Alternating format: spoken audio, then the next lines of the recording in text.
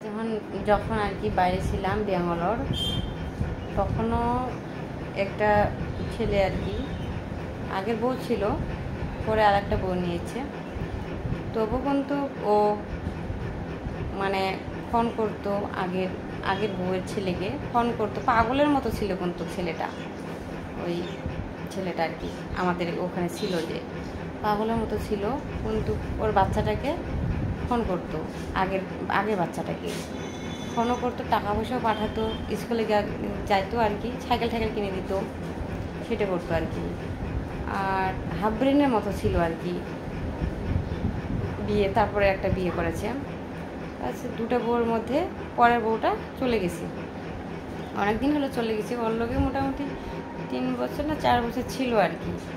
আচ্ছা, পরের বউটা পলে গেছে, মানে অনেক টাকা পয়সা অনেক ধ্বংস করে কিন্তু চলে গেছে, মানে থাকে আর নেই।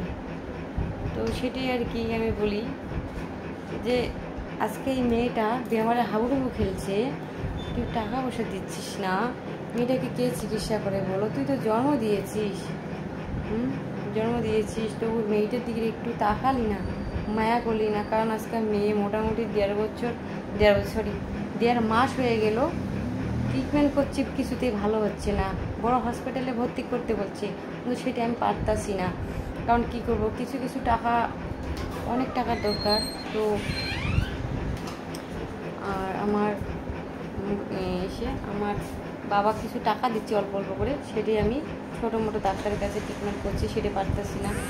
বড় হসপিটালে তো আমার সামর্থ্য নেই, সেটা বারবার বলছে ডক্টরে যে বড় হসপিটালে ওর ভর্তি করো, আমি পারতেছি না, কারণ আমার সেটা শক্তি নেই। আর অ্যাকচুয়ালি বারবার রিকোয়েস্ট করে বলছি, তুই মেয়েটার জন্য একটু পারলে মেয়েটাকে একটু সাহায্য কর, মেয়েটাকে বাঁচা, বারবার বলছি। কারণ তোর বিশ্বাস হচ্ছে না, সেটা দেখ, একদম দেখে নে। এই যে তুই যে ভিডিও দেখিস, সেটা আমি ভালো করেই জানি, আর সবাই জানে যে তুই ভিডিও দেখছিস। আর আমাদের গ্রামের মধ্যে যে ফোন করিস, সেটাও জানি, কারণ আমি এগুলো বলতে চাই না, কারণ তুই ভালো থাকিস। আর এতটুকু বলি, এই মেয়েটাকে এত কষ্ট দিস না, খুব কষ্ট দিচ্ছিস মেয়েটাকে, খুবই কষ্ট দিচ্ছিস। কারণ বাবা হারে মেয়ে, তোর জন্য কত কান্না করে এই মেয়েটা, বাবু বাবু করে থাকে। তুই তো জানিস সে তোকে কতটা ভালোবাসতো, অনেক ভালোবাসতো এই মেয়েটা। এখন মেয়েকে ছেড়ে তুই আসিস। আর 1.5 মাস হয়ে গেল স্কুলে যেতে পারতেছে না এই মেয়েটা, 1.5 মাস হয়ে গেল। কারণ শখে কি আর স্কুলে যায় না বলো? শখে যায় না, ও খুব কষ্ট করে যাচ্ছে না স্কুলে, কষ্টের জন্য ও যাচ্ছে না স্কুলে। আর পরীক্ষা এসেছে, পরীক্ষায় আর মাত্র 4-5 দিনে আসে আর কি। পরীক্ষা দিতে পারবি কিনা সেটাও জানি না। আর আমি ভগবানকে বলি, হে ভগবান, আমাকে কষ্ট দাও, কত দিবে, কিন্তু বাচ্চাটাকে দিও না। তবু ভগবান দেখে না, বুঝেও না, ভগবান এখানে এই বাচ্চাটাকে কষ্ট দেয়। আমাকে দেওয়া, আমি মাথা পেতে যাবো, সহ্য করে যাবো। আমি মেয়ের কষ্ট আমি দেখতে পারি না, তবু হচ্ছে। স্বামীকে বলছি, আরে যৌবনে কি জ্বালা থাকে বল? আমি তো যৌবনে একটুকু, আমার ওগুলো বিষয় আমার কিচ্ছু মাথায় আসে না। কারণ আমার মাথায় আসে যে সংসার কিভাবে করব, সংসার কিভাবে চলবে, আমার মেয়েটাকে কিভাবে মানুষ করব, সেটাই আমি ভাবতাম। আমি স্বামীটাকেও আমি আগে সেটাই বলতাম যে আমি অন্য কিছু ভালোবাসি না, আমি শুধু সংসারকেই ভালোবাসি, এগুলোই বলতাম।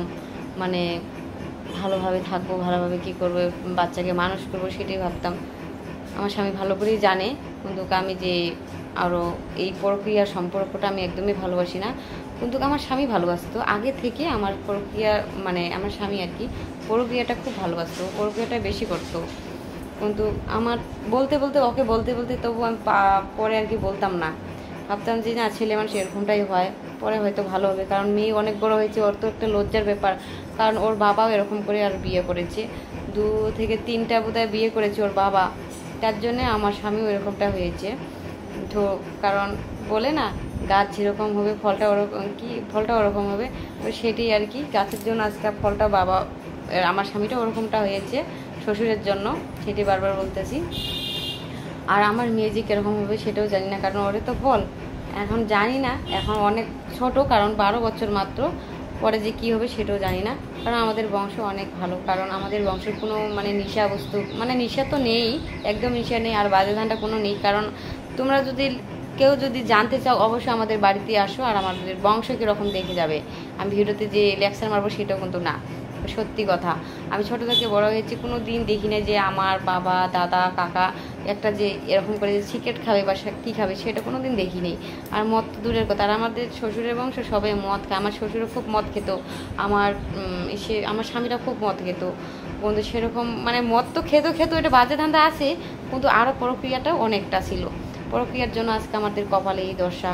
আর দেখো আমাদের সন্তানে আজকে জলের মধ্যে সাগরের মধ্যে ভাসাভাসি করছে উপরের মধ্যে, তো এরকম করছে আর কি। বাচ্চাটাকে কষ্ট দিলে কি ওর শান্তি হবে বলো? তো যাই হোক, চলো তোমাদের অনেক বক করলাম, আর সত্যি কথা যাই হয় সেটাই বললাম। আমি সত্যি কথা বলি দেখি আমাকে ভালোবাসে না, আর আমি সত্যি কথাকে অনেক ভালোবাসি, মিথ্যা কথা আমি মিথ্যার একদম পরিচয় দিই না। চলো তোমাদের সবাইকে টাটা।